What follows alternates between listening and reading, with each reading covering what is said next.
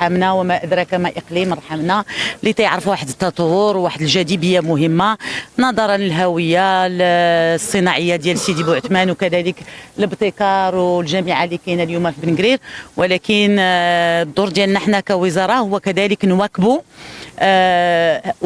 ونتاكدوا بان ما غاديش يبقى واحد الفوارق اجتماعيه ومجاليه عرفت واحد الديناميه اقتصاديه وخصنا نواكبوا معها باش جميع السكان ديال رحمنا يرضيو على هاد الديناميه ويحسوا بها بان عندها تاثير حقيقي. وهذا جاي في اطار التوجهات ديال صاحب الجلاله اللي دائما تيوصي لا على العالم القروي لا على العالم الحضري باش تكون واحد كنقولوا واحد الالتقائيه ما بين الشركاء المحليين.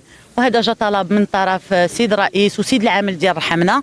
في هذا الاطار فاش جينا لهذه الزياره غيتوقعوا ان شاء الله 3 اتفاقيات اليوم، وحده خاصه سيدي بوعثمان كقطب حضري مهم ولكن اللي باقي تيعاني واحد النقص في الاحياء ناقصه التجهيز واللي في حاجه لواحد مجموعه المرافق والطرق والاناره العموميه، وهذه هي المساهمه ديال الوزاره. كذلك اتفاقيه في بن قرير ان شاء الله اتفاقيه مهمه ديال 202 مليون درهم اللي داخل فيها السيد رئيس الجهه والجماعه اللي غادي ان شاء الله كيشتو بن قرير كاين واحد المدينه الجديده والمدينه الخضراء اللي غاديه في واحد المستوى عالي، ولكن المدينه التقليديه ديال بن قرير باقي عندها واحد النقص في الاجهزه.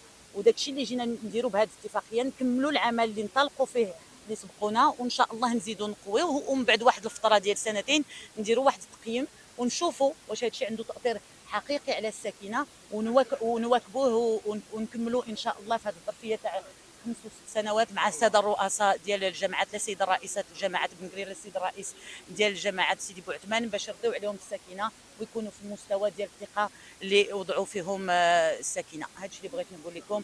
الله يوفقنا جميعا. شكرا.